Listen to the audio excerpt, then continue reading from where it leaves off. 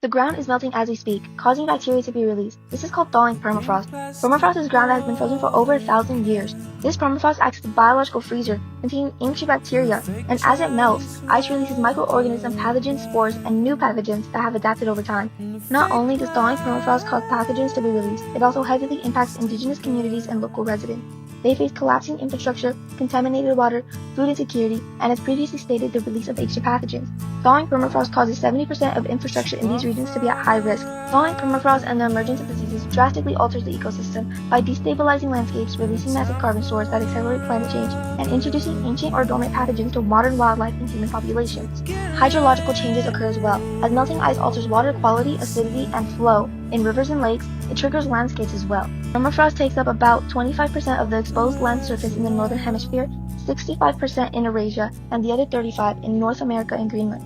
This permafrost isn't melting for no reason. Due to high levels of climate change and greenhouse gases, permafrost has been deteriorating for years. If trends like this continue, by 2050, the Arctic regions will be experiencing degradation of permafrost, releasing long-dormant biological and chemical hazards.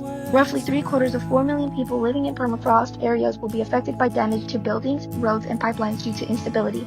And as the Arctic warms faster than the rest of the world, the conditions will become more favorable for mosquitoes and ticks, increasing the spread of diseases in northern regions.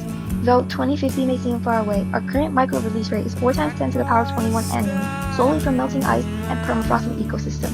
It has been shown that 13 newly isolated Siberian viruses have been released and triggered outbreaks. If no action is taken, thawing permafrost will release ancient and long-dormant bacteria, viruses, and fungi, which will threaten human immunity and public health. Some real solutions we can use are to decrease our carbon footprint. Agencies like the U.S. Geological Survey are implementing Arctic research plans to monitor the impact of thawing permafrost. Development of methane SNTs helps recall methane emissions from thawing soil, providing data for better policy decisions. But these are only adaptations for our current climate. Ultimately, this is a human-caused hazard, and these measures affect everyone. As a whole, we need to be climate conscious, reduce our car usage, insulate homes, use energy-efficient appliances, save water, and support policy changes that benefit our climate. We can also encourage governments to end fossil fuel subsidies, implement carbon taxes, and invest in green infrastructure, as well as raise awareness, educate others, and advocate for the future of our community. Beneath the waves, a silent crisis is unfolding. Our coral reefs, the vibrant rainforests of the sea, are under attack from a double threat: rising ocean temperatures and ocean acidification. When the water gets too warm, coral becomes stressed and expels a life-sustaining algae that gives some color a process known as bleaching. At the same time, carbon dioxide is turning our oceans acid, making it nearly impossible for corals to rebuild their calcium carbonate skeletons. Why does this matter? While reefs cover more than 1% of the ocean floor, they support about 25% of all marine life. When they die, we lose thousands of species and disrupt the entire global food chain. But this isn't a natural problem, it's a human one. Over 500 million people depend on reefs for food and income.